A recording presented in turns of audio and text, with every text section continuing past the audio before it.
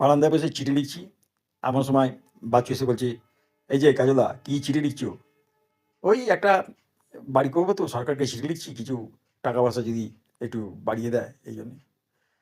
"হ্যাঁ, ঠিক আছে, ঠিক আছে। তা শোনো না ওই তোমার বাড়িটা কমপ্লিট হবে তো?" "হ্যাঁ, দেখছি তো সরকার যেভাবে টাকা পাঠাচ্ছি, হ্যাঁ?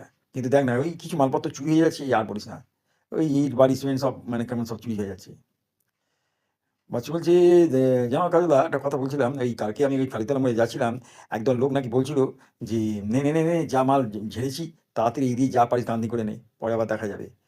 আমি তাড়াতাড়ি করে ওখানে গেলাম, গিয়ে "এই, এই কার কথা বলছিস তোরা?" বলছে, "ওই যে পেছনে কাজলদার কথা। কাজলদার মধ্যে কিছু মাল ঝেড়েছি তো ওইজন্যই বলছিলাম।" আমি তখন বললাম, "কি রে! কি বলছিস বাচ্চু? আমারই জিনিস ঝাড়ছে, হ্যাঁ?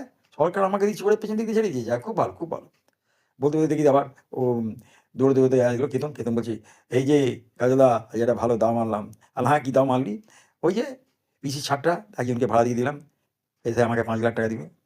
বলিস কি রে? হ্যাঁ, ওকে বোঝালাম যে, "আপনি ওখানে বিয়ে করুন।" আর পিসিকেও বুঝিয়ে দিলাম, "দেখো বেশি এখন বয়স হয়ে গেছে, ছাদে ফাদে যেও না। হ্যাঁ? ও বেশি ছাদে ফাদে যেতে গেলে আবার হাঁটু-ফাটু তোমার ভেঙে যাবে। তখন আবার মানে বুঝতে পারছো তো?" পিসি বুঝে গেল। হ্যাঁ? দেখো ওখানে নাচের ক্লাব হবে। হ্যাঁ? ওখানে যাদের হাঁটু-ফাটু ভেঙে যাবে বাদবাকিটা ওখানে ট্রিটমেন্ট করে সব ঠিকঠাক করা হবে। পিসি বলল, "হ্যাঁ, ঠিক আছে বাবা তাহলে যা পারিস ভালো বুঝিস কর।" আমিও ব্যাস টাকা পেয়ে গেলাম। ভদ্রলোককে বললাম, "আমাকে ৳৫,০০,০০০ দিয়ে দিন।" এই ব্যাপার, বুঝলে না?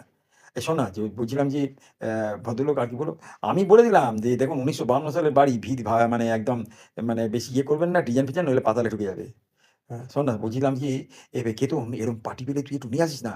ভাবছিলাম আমার বাড়িটা কমপ্লিট হলে ওখানে একটা কোল্ড স্টোর বানাবো। হ্যাঁ, হ্যাঁ, ভালোই ইনকাম করা যাবে। কি বলিস?" দাঁড়া, দাঁড়া, দাঁড়া আবার দেখি ওদের ফোনে একটা কি মেসেজ ঢুকলো। ও বাবা! দেখি ফোনেতে মেসেজ এসছে, "যেটুকু টাকা পেয়েছেন এতেই আপনি থেমে যান। বাদবাকিটা সরকার যদি মনে করে খুশি করে আপনাকে দেবে।" আমি বললাম, "বাচ্চু, বাবা ফ্রিজ থেকে আমাকে ঠান্ডা জলের বোতলটা দে, গলাটা ভেজাই।" হয়ে গেল সব শেষ।